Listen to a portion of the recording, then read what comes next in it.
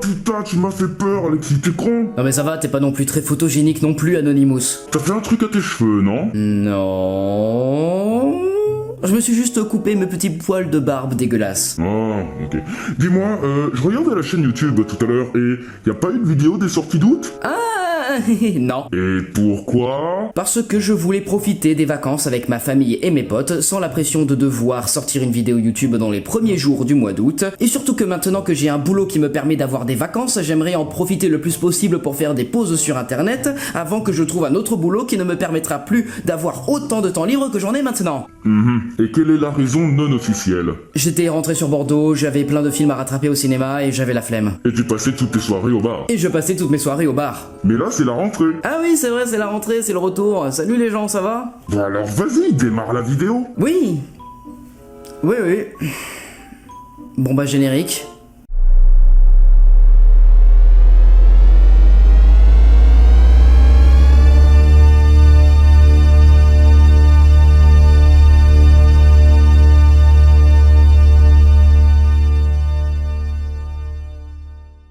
Imhotep à tous et à toutes fans de cinéma, c'est Esprit Z et bienvenue sur la chaîne du Cinéphage pour cette nouvelle vidéo qui va cette fois-ci concerner les sorties cinéma et SVOD du mois de septembre 2023 et sorties DVD du mois de juillet et d'août 2023 parce que il faut rattraper ces sorties là. Et comme d'habitude, tous les films ne seront pas développés dans cette vidéo, il ne va s'agir que des plus importants selon moi. Ça y est, c'est la rentrée, les fêtes du sud-ouest sont terminées, les vlogs de Lena Situation vont me manquer. J'ai maintenant 22 ans et j'ai toujours pas de barbe. Bref, une rentrée de merde comme chaque année. Et c'est le début des mois de dépression avec le retour progressif de l'heure d'hiver en automne. Au programme du mois, je dois vous avouer, il y a vraiment pas grand chose. Voilà, les trucs de ouf étaient en juillet, en août c'était la dèche, y avait rien, et le moment est venu de réduire un peu nos attentes, surtout après que certains films viennent d'être décalés à 2024 en raison de la grève aux États-Unis, que l'on soutient ici, hein, voilà, on n'est pas des gauchos pour rien. Lumière, moteur, ça tourne, action, et commençons tout de suite avec les sorties cinéma et SVOD. Le 1er septembre, je vous propose 4 films sur 2 plateformes de streaming différentes. Tout d'abord 3 films sur Netflix, à commencer par Un jour et demi, un thriller d'action suédois dans lequel un homme, désespéré de pouvoir un jour revoir sa fille, fait irruption avec une arme dans le centre médical où travaille son ex-femme et l'enlève. Ensuite, Friday Night Plan, une comédie dramatique indienne dans laquelle 2 frères mettent leur rivalité de côté pour assister en secret à la plus grosse fête de l'année après le départ de leur mère pour un voyage d'affaires. J'ai déjà vu ce film quelque part. Et enfin, Happy Ending, une comédie romantique hollandaise dans laquelle Luna propose un plan à 3 à Mink, son partenaire depuis un an, une idée qui va bouleverser leur relation amoureuse dans le but de pimenter leur vie sexuelle. Et les plans à 3, ça me connaît, hein. Est-ce que j'ai dit ça à voix haute? Ça fait longtemps que j'ai pas fait de test de pureté, moi. Alors on continue. Et puis nous aurons un film sur Shudder, oui c'est vraiment une plateforme de streaming qui existe, et il s'agit de Perpetrator, un film d'horreur franco-américain dans lequel on suit Johnny qui pour le jour de son 18e anniversaire va manger un gâteau préparé par sa tante selon une recette familiale magique et va connaître une métamorphose, et bientôt plusieurs camarades de classe vont disparaître parce que Johnny a soudain un appétit plutôt conséquent pour l'hémoglobine. Oui, c'est un film de vampire.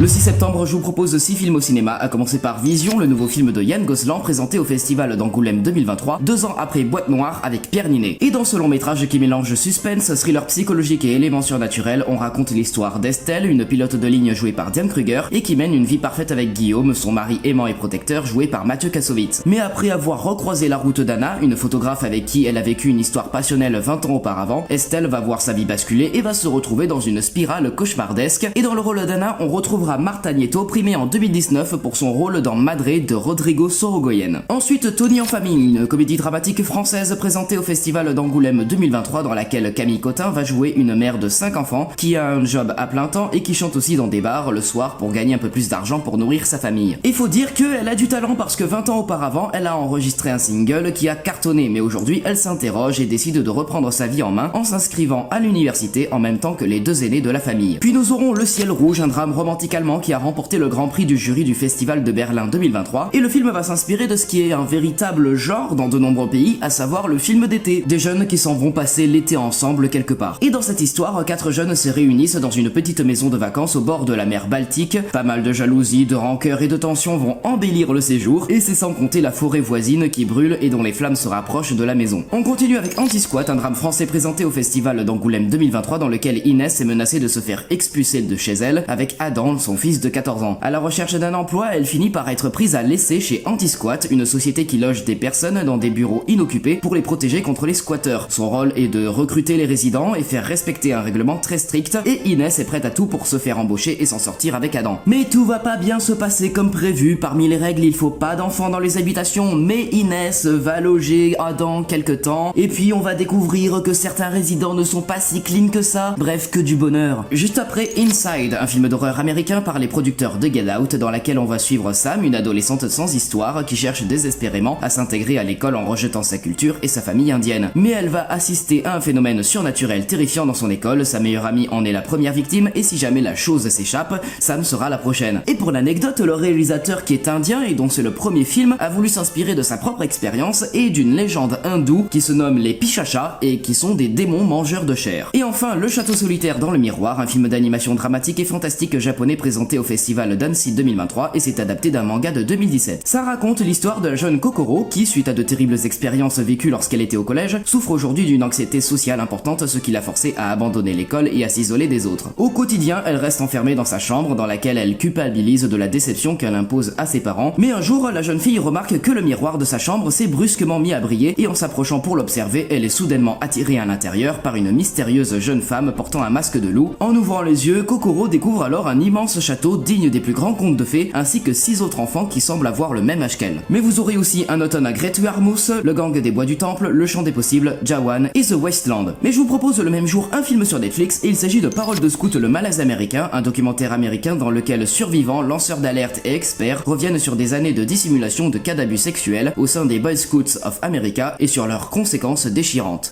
Le 7 septembre, je vous propose un film sur Netflix et il s'agit de What If, un drame romantique philippin dans lequel 2 jeunes musiciens sont obligés d'affronter de pénibles vérités qui pourraient bien menacer leur couple alors qu'ils sont retenus sur l'île de leur lune de miel à cause d'une tempête. Donc absolument rien à voir avec la série Marvel sur Disney+, ne vous trompez pas.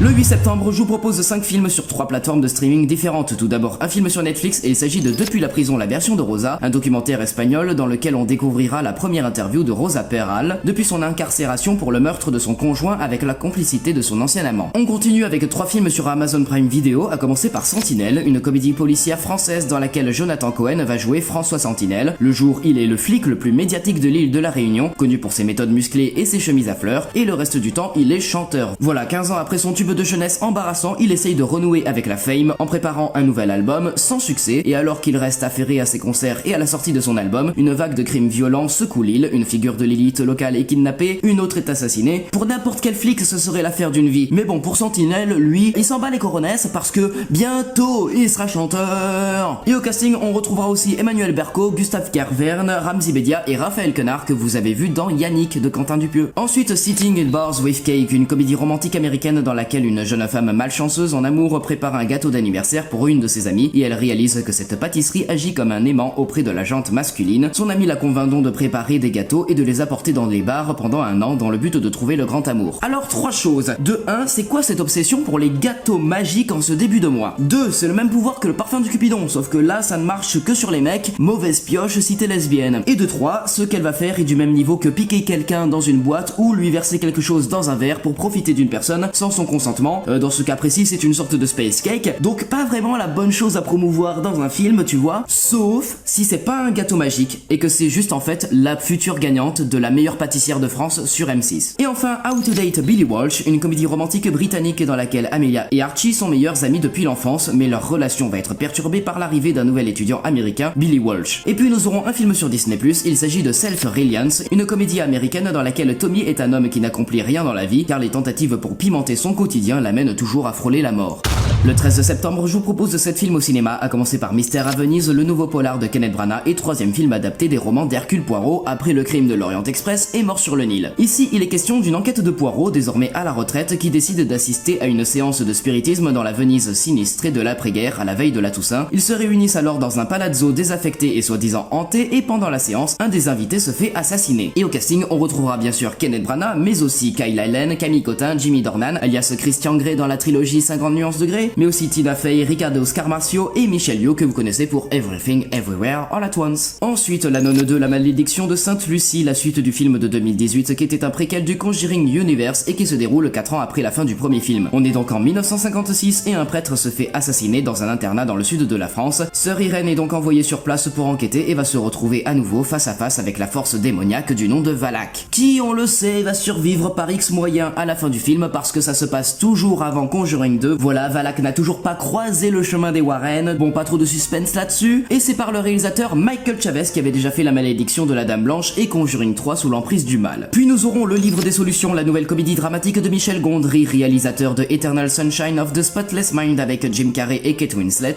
Et ce film français a été présenté à la quinzaine des cinéastes au Festival de Cannes 2023 et va raconter l'histoire de Pierre Ninet jouant Marc qui s'enfuit avec toute son équipe dans un petit village des Cévennes pour finir son film chez sa tante Denise. Sur place, sa créativité se manifeste par un million d'idées qui le plongent dans un drôle de chaos et Marc se lance alors dans l'écriture du livre des solutions, un guide de conseils pratiques qui pourrait bien être la solution à tous ses problèmes. Et au casting, on retrouvera aussi Blanche Gardin, Vincent Elbaz et Camille Rutherford. On continue avec Un métier sérieux, la nouvelle comédie dramatique française de Thomas Lilti à qui l'on doit déjà Première année avec Vincent Lacoste et William Lebguil. C'est leur entrée et le début d'une nouvelle année scolaire au collège qui voit se retrouver Pierre, Meriem, Fouad, Sophie, Sandrine, Alix et Sofiane, un groupe d'enseignants engagés et soudés qui sont rejoints par Benjamin, jeune professeur remplaçant sans expérience, joué par Vincent Lacoste et qui est rapidement confronté aux affres du métier. Et au casting, on retrouvera aussi François Cluzet, Adèle Exarchopoulos, William Lebguil et Bouli Lanners. Juste après, L'été dernier, un thriller dramatique français présenté au Festival de Cannes 2023 et qui est un remake d'un film danois appelé Queen of Hearts. Ici, Léa Drucker joue Anne, une avocate renommée qui vit en harmonie avec son mari Pierre et leur fille de 6 et 7 ans. Mais un jour, Théo, 17 ans, fils de Pierre d'un précédent mariage, emménage chez eux et peu de temps après, il annonce à son père qu'il a une liaison avec Anne, ce qu'elle décide de nier. Et ce film a surtout fait parler de lui pour son scandale à Cannes, parce que oui, c'est un film centré sur la relation intime entre un adolescent de 17 ans et sa belle-mère. Que du bonheur! Poursuivons avec Les Secrets de la Princesse de Cadignan, un film historique et romantique français présenté au Festival de Cabourg 2023 et adapté des nouvelles Le Cabinet des Antiques et Les Secrets de la Princesse de Cadignan de Honoré de Balzac, avec dans le premier rôle la réalisatrice qui se trouve être Ariel Dombal. La princesse de Cadignan, l'une des reines de Paris dans les années 1820-1830, se comporte comme un don Juan avec la même liberté, passant d'un amant à un autre sans se soucier des gens qui parlent dans son dos, mais toutefois elle regrette de ne jamais avoir éprouvé une passion amoureuse. Son amie, la marquise d'Espard, finit par lui présenter un grand écrivain, Daniel d'Arthez, qui pour la première fois suscite en elle de l'amour et se rend compte qu'elle l'aime même profondément, mais cependant il est attaché à la morale chrétienne. Alors même s'il tombe entièrement sous le charme de la princesse, il risque de très mal réagir quand on l'informera de la réputation de la femme qu'il aime, une femme qui passe presque pour une courtisane aux yeux de la société qu'il fréquente. Mais étonnamment, d'Arthez réagit d'une manière tout à fait différente de ce à quoi on pouvait s'attendre lorsqu'il apprend les secrets de la princesse. Et au casting, on retrouvera aussi Julie Depardieu, Cédric Kahn et Michel Faux dans le rôle de Balzac. Et enfin, Le Grand Chariot, un drame franco-suisse réalisé par le père de Louis Garrel, Philippe Garrel, et qui va réunir sa famille dans ce film qui porte le nom d'une constellation d'étoiles certes, mais surtout d'un théâtre de marionnettes. Et on va donc suivre une famille de marionnettistes, Louis et ses deux sœurs, Martha et Léna, leur père qui dirige la troupe et la grand-mère qui a fabriqué les poupées. Ensemble, ils forment une compagnie et donnent des spectacles de marionnettes, mais un jour, lors d'une représentation, le père meurt d'une attaque, laissant ses enfants seuls, et le film a remporté l'ours d'argent du meilleur réalisateur au Festival de Berlin 2023. Mais vous aurez aussi La Ira de Todas las Rabias, Hyperion s'est échappé, L'Océan vu du cœur et Louis y es-tu. Mais je vous propose le même jour un film sur Netflix, et il s'agit de Freestyle, un film d'action policier polonais dans lequel une star montante du rap au passé criminel doit trouver de l'argent pour payer ses heures de studio. Le chanteur se lance alors dans un deal risqué qui pourrait lui faire tout perdre.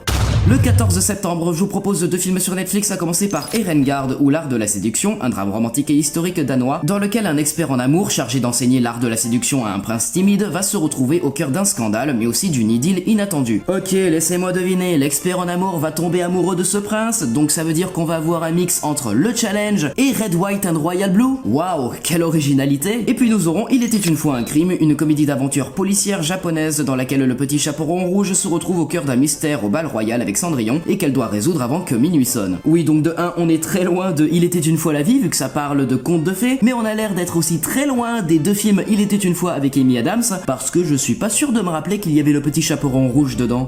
Le 15 septembre, je vous propose 3 films sur 2 plateformes de streaming différentes. Tout d'abord 2 films sur Netflix, à commencer par Le Conte ou El Conde en version originale, la nouvelle comédie horrifique chilienne de Pablo Larraín, réalisateur à qui l'on doit l'un des meilleurs films de 2022, aka Spencer, voilà, avec Kristen Stewart. Alliant satire sombre et comique fantastique, le film va s'intéresser à Augusto Pinochet, le fameux dictateur chilien qui sera dépeint comme un vampire caché dans un manoir, le tout dans un film en noir et blanc et qui sera présenté en compétition à la Mostra de Venise 2023. Voilà, si vous avez un seul film à retenir qui sort sur plateforme pour ce mois de septembre, c'est celui-ci. Et puis nous aurons La probabilité statistique de l'amour au premier regard, une comédie romantique et dramatique américaine dans laquelle un homme et une femme craquent l'un pour l'autre dans l'avion, mais un coup du sort les sépare dès leur arrivée à Londres et donc tout le film sera les péripéties amenant à leur retrouvailles. Et enfin, un film sur Amazon Prime Video et il s'agit de A Million Miles Away, un biopic dramatique de SF américano-mexicain d'après Reaching for the Stars, l'autobiographie de l'astronaute José M. Hernandez qui sera joué dans ce film par Michael Peña. Né au Mexique, lui et sa famille travaillaient dans les champs et déménageaient souvent. Il a commencé à apprendre l'anglais qu'à l'âge de 12 ans et malgré ce départ dans la vie, il a co-développé le premier système d'imagerie numérique de mammographie pour détecter le cancer du sein à un stade précoce et a persévéré, malgré de nombreux refus, pour devenir membre d'équipage de la mission STS-128 de la navette spatiale. Le 19 septembre, je vous propose un film sur Netflix et il s'agit de Seconde Chance, le baseball c'est sacré, un documentaire américain et qui va se concentrer sur le retour du baseballeur Mike Vick dans la compétition. Et dans les interviewés du documentaire, il y a Jeff Daniels et Charlie Day. Trop bien? Le 20 septembre, je vous propose 5 films au cinéma, à commencer par Acide, le nouveau drame fantastique français de Juste Philippot après La Nuée. Présenté en séance de minuit au Festival de Cannes 2023 et adapté du court-métrage du même nom, le film va raconter l'histoire de Selma, 15 ans, qui grandit entre ses 2 parents séparés, Michal et Élise, joués respectivement par Guillaume Canet et Laetitia Dodge. Tout va plutôt bien jusqu'au jour où des nuages de pluie acide et dévastatrices s'abattent sur la France, une catastrophe naturelle dont la cause est le réchauffement climatique. Ensuite, La Petite, un drame franco-belge présenté au Festival d'Angoulême 2023 dans lequel Joseph, joué par Fabrice Lucchini, apprend que son fils et son compagnon viennent de périr dans un accident d'avion. Ils attendaient un enfant via une mère porteuse en Belgique, et que va devenir leur futur bébé? Joseph en est-il le grand-père légitime? Et bien porté par la promesse de cette naissance qui va prolonger l'existence de son fils, le sexagénaire part à la rencontre de la jeune flamande au caractère farouche et indomptable. Et c'est par Guillaume Niclou, le réalisateur de La Tour, qui était sorti en février dernier dans les salles. Puis nous aurons Les Feuilles Mortes, une comédie dramatique et romantique finlandaise qui a remporté le prix du jury au Festival de Cannes 2023 et qui raconte l'histoire de 2 personnes solitaires se rencontrant par hasard une nuit à Helsinki et chacun tente de trouver en l'autre son premier, unique et dernier amour. Mais la vie a tendance à mettre des obstacles sur la route de ceux qui cherchent le bonheur. En est la preuve que le gars perd le numéro de la meuf et en plus il ne connaît pas non plus son nom. Ce qui est donc un peu problématique dans la recherche d'informations pour la retrouver. On continue avec Last Dance, une comédie suisse dans laquelle François Berléand joue Germain, un retraité qui se retrouve soudainement veuf à 75 ans. Il n'a même pas le temps de souffler que sa famille s'immisce dans son quotidien. Visite et appels incessants, repas organisés à l'avance, sa vie devient réglée comme une montre. Mais Germain a l'esprit ailleurs, honorant une promesse faite à son épouse, et il est alors propulsé au cœur de la création d'un groupe de danse contemporaine. Et enfin, L'Arbre au papillon d'or, un drame vietnamien de 3 heures présenté à la quinzaine des cinéastes au Festival de Cannes 2023 et qui a obtenu la Caméra d'or qui récompense le meilleur premier film toutes catégories confondues. Après la mort de sa belle-sœur dans un accident de moto à Saigon, Tien se voit confier la tâche de ramener son corps dans leur village natal. Il y emmène également son neveu de 5 ans, Dao, qui a miraculeusement survécu à l'accident, et au milieu des paysages mystiques de la campagne vietnamienne, Tien part à la recherche de son frère aîné disparu il y a des années, un voyage qui remet profondément en question sa foi. Mais vous aurez aussi Mise au vert, Comme une louve, Folia, Désert, Zoo, Classified People et Capitaine.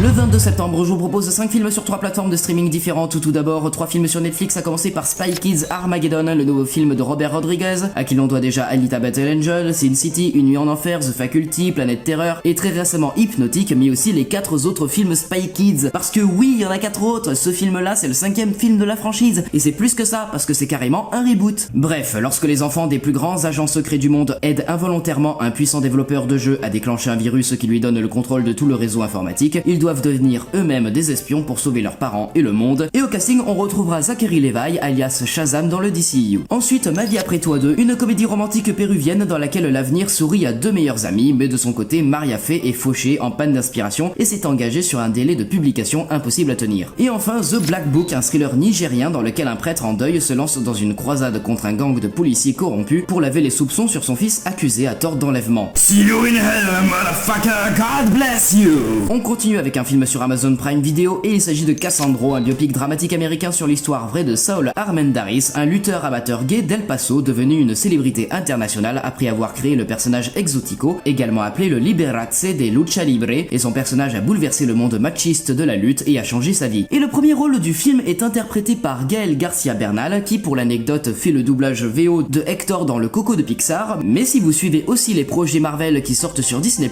eh bien c'est lui qui joue Werewolf by Night. Et puis nous aurons un film sur Disney+, et il s'agit de No One Will Save You, un thriller de SF américain dans lequel Brynn Adams est une jeune femme créative et talentueuse rejetée par sa communauté. Solitaire et toujours optimiste, la jeune femme trouve son réconfort entre les murs de la maison où elle a grandi. Mais une nuit, elle est réveillée par d'étranges bruits provenant d'intrus manifestement non humains. Commence alors un éprouvant face-à-face entre Brynn et une foule de créatures extraterrestres qui, en plus de menacer son futur, l'amèneront à affronter son passé. Et le réalisateur de ce film est non seulement le créateur de la nouvelle série Netflix Skull Island du Monsterverse, mais c'est aussi le scénariste de Love and Monsters avec Dylan O'Brien, sorti en 2020 sur Netflix. Le 27 septembre, je vous propose 6 films au cinéma, à commencer par The Creator, un drame de SF américain signé Gareth Edwards, réalisateur de Godzilla et de Rogue One Star Wars Story. Dans un futur proche, les humains et l'intelligence artificielle se livrent une guerre sans merci. John David Washington, que vous connaissez comme premier rôle dans Tenet de Christopher Nolan, va jouer Joshua, un ex-agent des forces spéciales fragilisé par la disparition de sa femme. Il est recruté pour traquer et neutraliser le Créateur, l'insaisissable architecte d'une IA avancée à l'origine d'une arme qui pourrait mettre fin à la guerre et détruire l'humanité tout entière. Et avec l'aide d'une unité d'agents d'élite, Joshua traverse les lignes ennemies et pénètre au cœur de leur dangereux territoire, mais il découvre que l'arme qu'il est chargé de détruire n'est autre qu'une intelligence artificielle supérieure qui a pris les traits d'un jeune enfant. C'est tout bonnement un cyborg. Voilà. C'est pas le même que dans le DCU, mais ça reste un cyborg. Ensuite, Dogman, le nouveau drame franco-américain réalisé par Luc Besson et présenté à la Mostra de Venise 2023. Alors, on n'est pas là pour discuter des accusations qui visent Luc Besson, hein. Encore moins de savoir si c'est moral ou non que des agresseurs sexuels puissent promouvoir leurs films dans des festivals prestigieux. La réponse devrait être non, et je ne vais pas non plus appeler au boycott du film, vous le faites si vous le voulez ou non. Perso, moi j'irai voir le film, mais pas en présence de Luc Besson, parce que là en ce moment il fait des tournées d'avant-première, hein, et ça choque personne.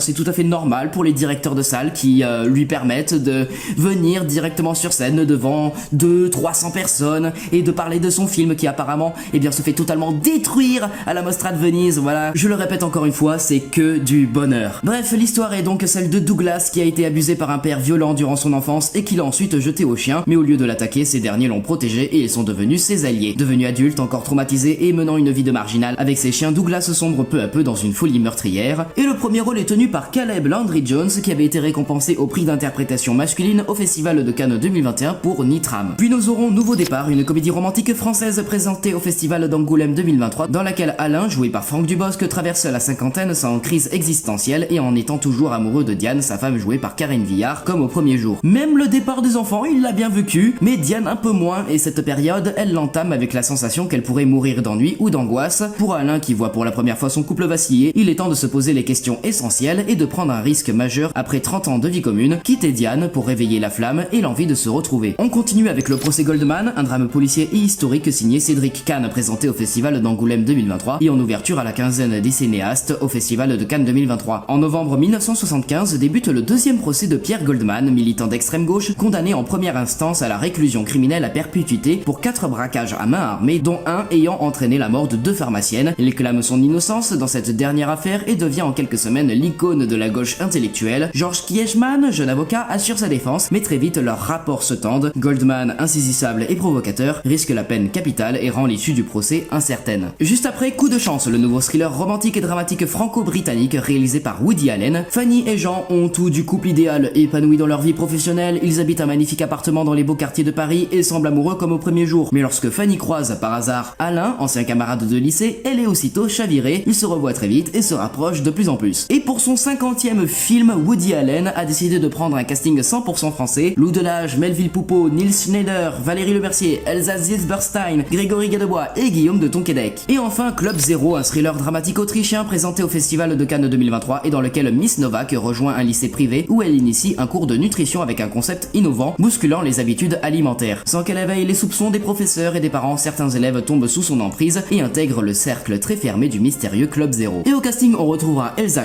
Mrs. Burstein, mais surtout Mia Wasikowska dans le premier rôle, que vous connaissez comme étant la Alice de Alice au Pays des Merveilles et Alice de l'autre côté du miroir de Tim Burton. Mais vous aurez aussi Poisson Rouge, N'attendez pas trop de la fin du monde, Self-fiction, Self-migration, Jeune cinéma, 305 belles chasses dans l'intimité d'artistes, Ciné Guérillas, scène des archives La Budovitch, Non aligné, scène des archives La Budovitch, We Have a Dream, Au Clémenceau et Caillou Chou Hibou. Mais je vous propose le même jour deux films sur Netflix, à commencer par Banlieusard 2, un drame policier dont le premier film est sorti en 2020 sur Netflix. Et pour recontextualiser, petit récap du premier film. C'est l'histoire de trois frères issus d'une banlieue sensible de la région parisienne. Souleyman, élève avocat à Paris, réussit brillamment ses études et dont le chemin va croiser celui de Lisa, face à laquelle il débat sur la responsabilité de l'État dans la situation actuelle des banlieues lors de la finale d'un célèbre concours d'éloquence. Demba, l'aîné, qui vit au rythme du trafic et de la rue, et leur petit frère Noumouké, 15 ans, qui cherche encore sa voie et qui doit choisir auquel de ses deux grands frères il veut ressembler. Et dans cette suite, les frères vont continuer à se battre pour un avenir meilleur, peinant à se sortir d'un quotidien fait de trahison, de vengeance et de violence dans la banlieue. Donc voilà, pas grand chose à changer entre les deux films. Et puis nous aurons Carga Maxima, un drame d'action brésilien dans lequel Roger, un pilote de camion de course qui a tout perdu dans la vie, reçoit une proposition alléchante mais dangereuse, devenir le chauffeur d'une bande de braqueurs. Le 28 septembre, je vous propose deux films sur Netflix, à commencer par Love is in the Air, une comédie romantique et dramatique australienne dans laquelle une pilote farouchement indépendante qui lutte pour maintenir l'entreprise familiale à flot commence à s'éprendre de l'homme envoyé pour la clouer au sol à jamais. Et puis nous aurons Les ténèbres sectaires de la Luz del Mundo, un documentaire mexicain dans lequel des plaignants qui poursuivent les leaders de la méga église la Luz del Mundo racontent dans des entretiens exclusifs les abus dont ils ont été victimes. Le 29 septembre, dernière date, je vous propose trois films sur deux plateformes de streaming différentes. Tout d'abord deux films sur Netflix, à commencer par Nowhere, un thriller dramatique espagnol dans lequel une femme enceinte, seule et prisonnière d'un conteneur à la dérive, tente de survivre après avoir fui un pays totalitaire dévasté. Et puis nous aurons Do Not Disturb, une comédie dramatique turque dans laquelle un quinquagénaire trouve un emploi dans un hôtel tranquille après un moment difficile dû à la pandémie. Mais le problème, c'est que des clients excentriques font de sa première nuit une folle aventure. Et enfin, un film sur Apple TV+, il s'agit de Flora and Son, un drame américano-irlandais dans laquelle Flora est une mère célibataire et qui ne sait plus comment s'y prendre avec Max, son fils adolescent. Sur les conseils de la police, Flora cherche un hobby pour Max et tente de l'occuper avec une guitare acoustique, et avec l'aide d'un musicien installé à Los Angeles, Flora et Max découvrent le pouvoir de la musique. Et au casting, on retrouvera Eve Hewson, Joseph Gordon-Levitt et Jack Raynor. C'est maintenant l'heure de voir ce qu'on a eu niveau sortie DVD depuis 2 mois. C'est tout de suite, c'est maintenant. Il y a beaucoup de choses, vous vous en doutez. Voyons ça, let's go. Quels sont les films qui sont sortis durant le mois de juillet 2023 en DVD? Le drame français Goutte d'or avec Karim Leclou, le drame franco-allemand Retour à Séoul, la comédie dramatique policière et judiciaire française Mon crime de François Ozon avec Nadia Tereskevix, Rebecca Marder, Isabelle Huppert, Danny Boone, André Dussolier, Fabrice Lucchini, Félix Lefebvre, Daniel Prévost et bien d'autres. La comédie d'aventure familiale française Zodi et Théu, frères du désert avec Alexandra Lamy. Le drame historique policier franco-belge Apache de Romain Quiro avec Alice Isaz, Nis Schneider et Artus. Le thriller dramatique franco-allemand La syndicaliste de Jean-Paul Salomé avec Isabelle Huppert, Grégory Gadebois, Yvan Attal et François-Xavier de Maison. Le film d'horreur américain Scream 6 avec Melissa Barrera, Jenna Ortega et Courtney Cox. Le drame américain Creed 3, 2 et avec Michael B. Jordan, Tessa Thompson et Jonathan Majors. La comédie dramatique française Comme une actrice avec Julie Gaillet et Benjamin Biolay. Le thriller dramatique judiciaire français Toi non plus tu n'as rien vu avec Géraldine Nakache. La comédie dramatique française La Chambre des merveilles avec Alexandra Lamy et Muriel Robin. Le film d'horreur britannique Winnie the Pooh, Blood and Honey. La comédie dramatique française Sage Homme avec Karine Viard et Melvin Boomer. Le drame franco-algérien Ouria avec Lina Koudry. Le thriller de SF américain 65 La Terre d'avant avec Adam Driver. Le drame romantique franco-marocain Le Bleu du Caftan. Le drame familial australien Blueback, une amitié sous-marine avec Mia Wasikowska. Le drame américain The Whale de Darren Aronofsky avec Brendan Fraser, Sadie Singh, Hong Cho et Ty Simpkins. Le drame franco-colombien L'Eden. Le drame historique franco-russe Le capitaine Volkonogov s'est échappé. Le film d'action américain John Wick chapitre 4 de Chad Stahelski avec Keanu Reeves, Donnie Yen, Bill Skarsgård, Laurence Fishburne, Hiroyuki Sanada, Ian McShane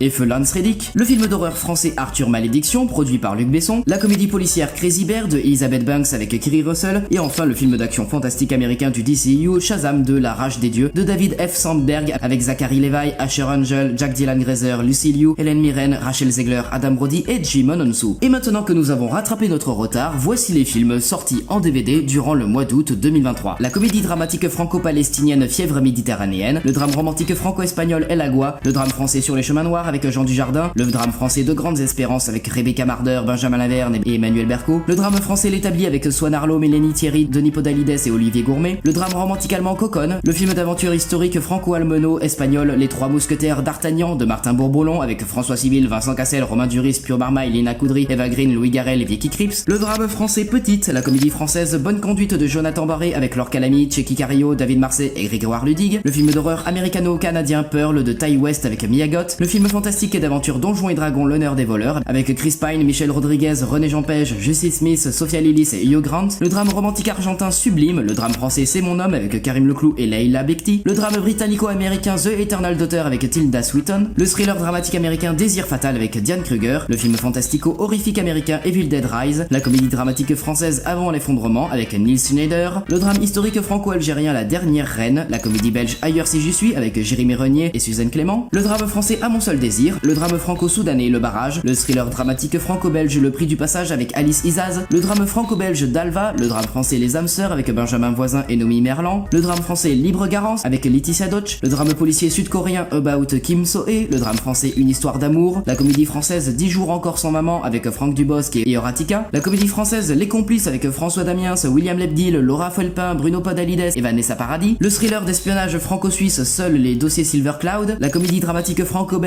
Normal avec Benoît Poelvoorde, le thriller d'action allemand The Dive, le thriller dramatique tunisien Amel et les Fauves, la comédie dramatique française Quand tu seras grand d'Andrea Bescon et Éric Métayer avec Vincent Macaigne, le drame irlandais The Quiet Girl, la comédie franco-belge La vie pour de vrai de et avec Danny Boone, Kad Merad et Charlotte Gainsbourg, et enfin la comédie française La Marginale avec Corinne Maziero. Et voilà, c'est la fin de cette vidéo rétrospective des sorties cinéma et SVOD du mois à venir et sorties DVD des 2 mois derniers. J'espère que cette vidéo vous aura plu et si c'est le cas, vous savez quoi faire. Vous likez, vous commentez, vous partagez, vous vous abonnez à ma chaîne et à mes réseaux sociaux. Vous pouvez aussi me soutenir en devenant membre de la chaîne en souscrivant à un abonnement. Et quant à moi, je vous souhaite un très bon mois de septembre. Pour les primaires, collégiens et lycéens, j'espère que vous passerez une bonne nouvelle année entourée de bons camarades qui ne vous harcèlent pas. Pour les étudiants, bon courage avec vos demandes de bourse, de loyer et d'être considérés par le gouvernement. Et pour les adultes au boulot, Psartec, on est ensemble. Et pour les retraités, vous voulez pas refaire des manifs? Non, parce que là j'ai l'impression que ça manque un peu d'action dans les rues depuis quelques mois. Notez bien que je n'incite à aucune émeute, mais me prendre des lacrymos dans la gueule me manque. Sortez prendre l'air, allez au cinéma et n'oubliez pas votre joie de vivre. C'était Esprit Z et vous étiez sur la chaîne du Cinéphage. Coupé.